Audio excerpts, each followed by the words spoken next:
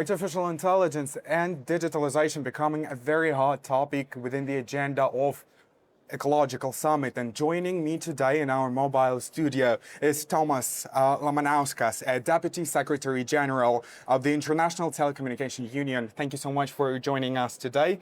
And I want to start right ahead with the topic of the artificial intelligence. We have found a very interesting, statistics from the last year is that water footprint of AI potentially reached up to 764 billion liters in 2025, potentially, rivaling to global bottled water supply. Yeah, and are we underestimating how AI potentially impacting water security, especially within the region where water is like a very stressed topic, like the Central Asia? No, I think indeed for the artificial intelligence, water consumption is one of the big topics. But I think artificial intelligence on water has the same effect, let's say, on the climate and as well as energy consumption as well.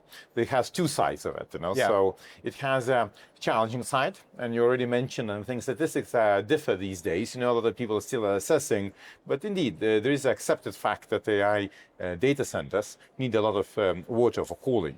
So, and so different estimates even say that for every 10 to 50 prompts in a popular chatbot could consume like a half a liter, so small bottle of water.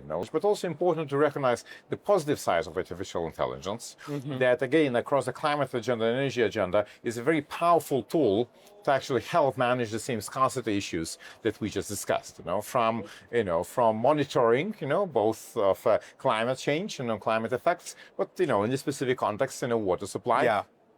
Even there are some solutions now, artificial intelligence, also related solutions that help water discovery and discovery of the water sources, and again better use of it. So these needs to be balanced against each other. So of course we hope, let's say the more exact statistics about the climate. So we see that AI can actually help reduce 5 to 10% of the global CO2 emissions, greenhouse gas emissions.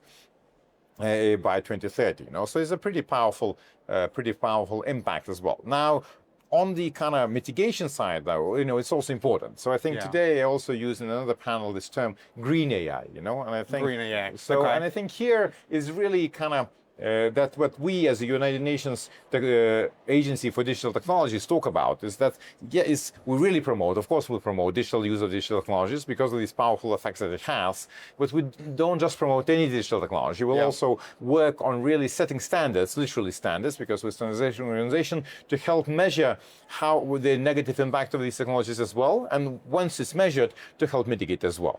Do you see a need for, a clear international guidance of measuring of the usage of artificial intelligence? Do we need an international law or a body to regulate it?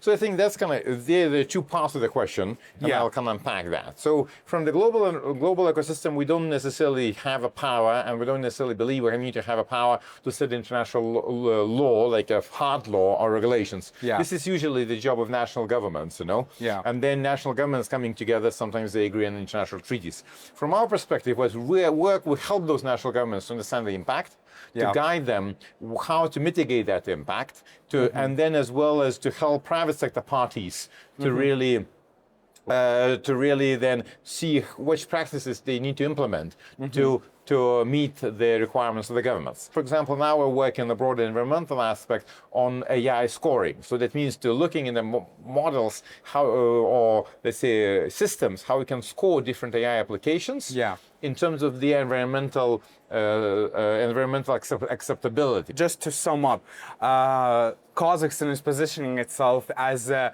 leading, country in Central Asia within a digitalization, artificial intelligence. We're implementing it in most every field of our life.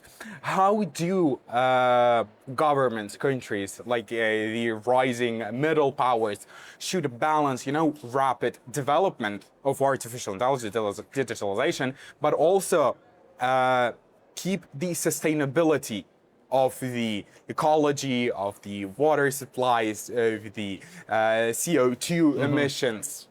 So first of all, I think this race is now on. So I mean, so Kazakhstan is very rightfully trying to be in the forefront of that race, and I can only commend that. And I think the whole plethora of measures, from regulatory measures to infrastructure, to building the skills, is actually creates like a very full ecosystem. And I think the right measures to really harness the power for AI for everything, you know, from electronic government, for digital government, to different solutions in their daily lives. So I think that's this very different to say that, or would be very difficult to say that Kazakhstan should do that. I think that's about harnessing. Now, while you do that, while you build data centers, while you do this, you need to kind of think about what is an energy supply that those data centers will have. In some countries around the world, that some leading data center centers already they have to limit data center growth because of limited data center supply.